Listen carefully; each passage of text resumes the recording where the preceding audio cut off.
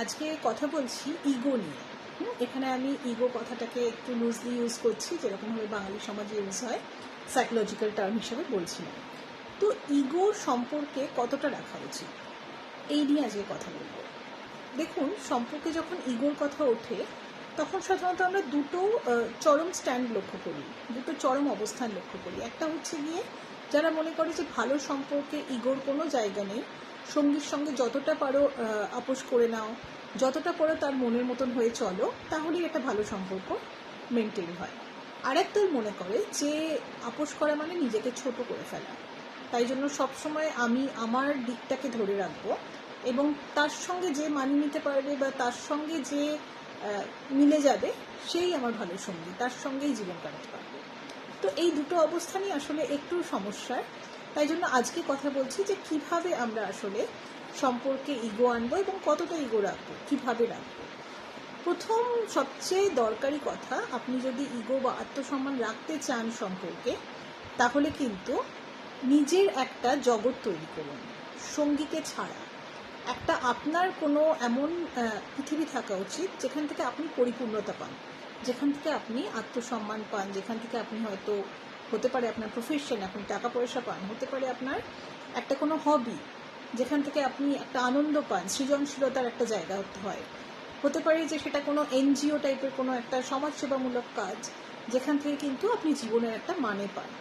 যে কোনো কিছু যেটা আপনার জন্য ভীষণ গুরুত্বপূর্ণ, সেরকম একটা কিছু জায়গা জীবনে থাকা দরকার। তাহলে কি হয়, আমরা সম্পর্কে প্রচণ্ড বেশি নির্ভরশীল হয়ে পড়ি না এবং সম্পর্কটাকে আসলে সাফোকেট করে ফেলি না। একটা যদি নিজের খুশির জায়গা থাকে, সেখান থেকে কিন্তু আমরা জীবনের পরিপূর্ণতা লাভ করি এবং তখন আমাদের সমস্ত অপূর্ণতার দায়িত্বটা সম্পর্কের ওপর এসে পড়ে না। যেই মানুষটার কোনো আসলে নিজের জগৎ নেই, তখন কিন্তু সে পুরোটাই, তার জীবনের ভালো লাগাটা আসে হচ্ছে সম্পর্কের থেকে এবং সেই জন্য সম্পর্কের প্রতি ডিমান্ডটা একটু বেশি বেড়ে যায়। সেটা হয়তো অপর মানুষটা মিট করতে পারে না এবং সেখান থেকেই কিন্তু নিজেকে ছোট ভাবা বা এটা ফিল করা যে সম্পর্কে আমি ছোট হয়ে যাচ্ছি, সম্পর্কে আমার গুরুত্ব নেই, এই ফিলিংগুলো আসে। তাই জন্য সবচেয়ে প্রথমে যেটা দরকার, যে নিজের একটা পরিপূর্ণতার জায়গা, একটা পরিপূর্ণতার জগৎ থাকা উচিত। এই সঙ্গেই খুব রিলেটেড হচ্ছে, তার মানে কি, যে আমরা বলছি সঙ্গীকে স্পেস দেওয়া উচিত, সঙ্গীকে একটা জায়গা থাকা উচিত তার।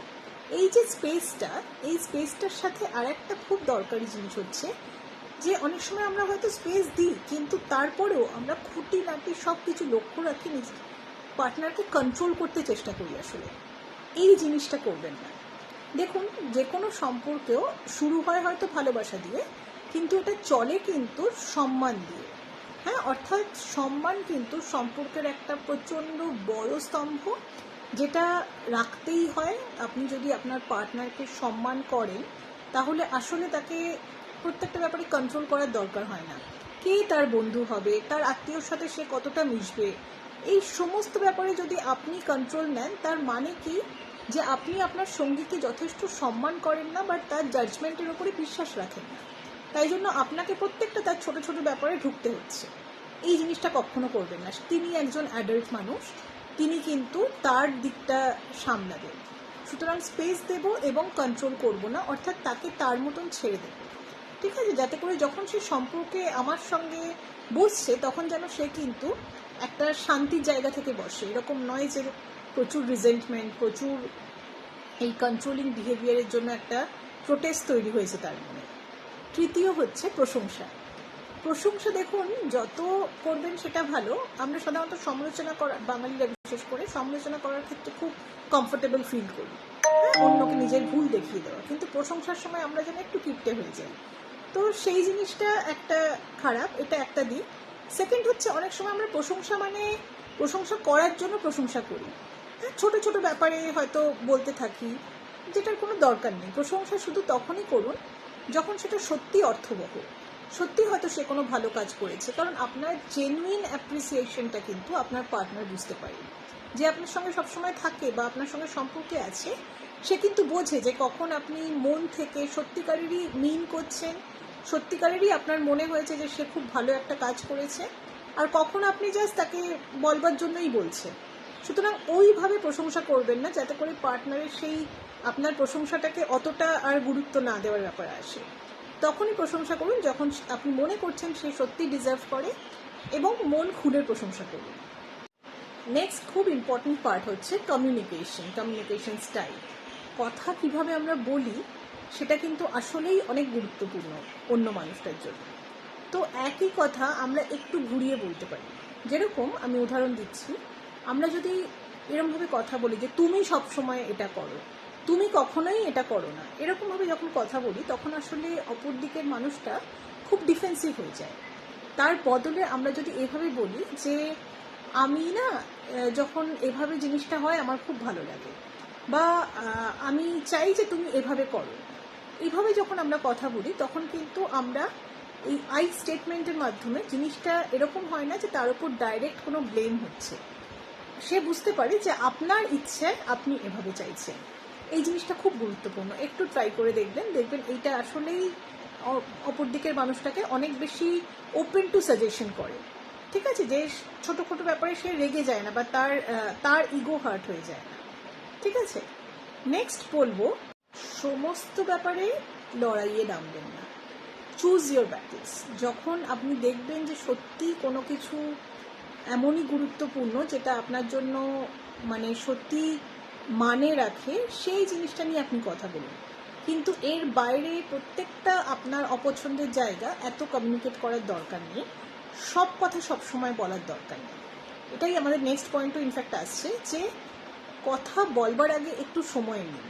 ঠিক আছে, আপনার হয়তো সেই মুহূর্তে মনে হচ্ছে যে প্রত্যেকটা, মানে ধরুন সুপার মার্কেটে গেছেন, তিনি কেন এই লাইনটাতে দাঁড়ান, মানে প্রত্যেকটা ছোটো ছোটো ব্যাপারে আমাদের তখন মনে হয় যে ইট ইজ ভেরি ইম্পর্টেন্ট। কিন্তু পরে যদি আপনি 10 মিনিট গ্যাপ নিয়ে নেন তাহলে কিন্তু দেখা যায় যে সেই জিনিসটা রেলেভেন্ট থাকে না। তাই জন্য যদি আপনার এরকম স্বভাব হয় যে আপনি হয়তো একটু বেশি বলে ফেলেন, তাহলে সেটা কমানোর জন্য সবসময় একটা নিয়ম মেনটেন করুন যে প্রত্যেকটা জিনিস বলবার আগে একটু আমি 5 মিনিট গ্যাপ নেব। তাহলে কি হবে, যে আমার রিয়াকশনটা আসবে না, আমরা রেসপন্ড করতে পারবো। যখন আমরা রিয়াক্ট করি তখন আসলে আমাদের ডাইরেক্টলি না অ্যামিগডালা থেকে রেসপন্স চলে যায়। হ্যাঁ, আমরা সেটা নিয়ে প্রিফ্রন্টাল কর্টেক্সে ভাববার মতন টাইমই পাই না। ঠিক আছে, ওটা একটা ডাইরেক্ট রেসপন্স চলে যায়, সেটা একটা রিয়াকশন। কিন্তু যখন আমরা সেটা নিয়ে 5 মিনিট একটু থেমে যাই তখন আসলে আমাদের প্রিফ্রন্টাল কর্টেক্স আমরা ভাববার সময় পাই, একটু ওয়াইজ একটা মতামত আমরা পাই।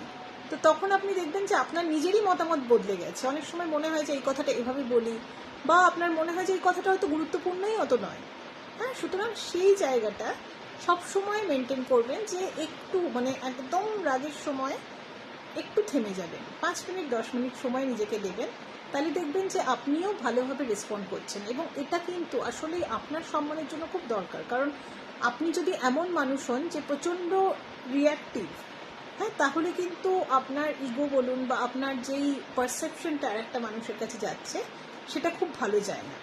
সুতরাং আপনার নিজের সম্মান মেনটেন করার জন্যই আপনি নিজেকে একটুখানি সময় দেবেন, সচেতনভাবে কথা বলবেন, এবং সবসময় আর একটা যেটা প্রথমেই বললাম যে সঙ্গীকে সম্মান করা। হ্যাঁ, আপনি তাকে চুজ করেছেন আপনার জীবনে, সুতরাং আপনি তাকে সর্বোচ্চ সম্মান দিয়ে রাখুন, দেখবেন সম্পর্ক অনেক ভালো থাকবে। ইগো মানে সবসময় শুধু নিজের দিকটা নয়, বরং সম্পর্ক এবং অন্য মানুষটার সম্মান, এটাকে যদি আমরা প্রায়োরিটি দিই এবং তার সাথে নিজেকে সহজলভ্য না করে ফেলে নিজের একটা জগৎ তৈরি করি, তাহলে কিন্তু দেখবেন সম্পর্ক অনেক সর্টেড।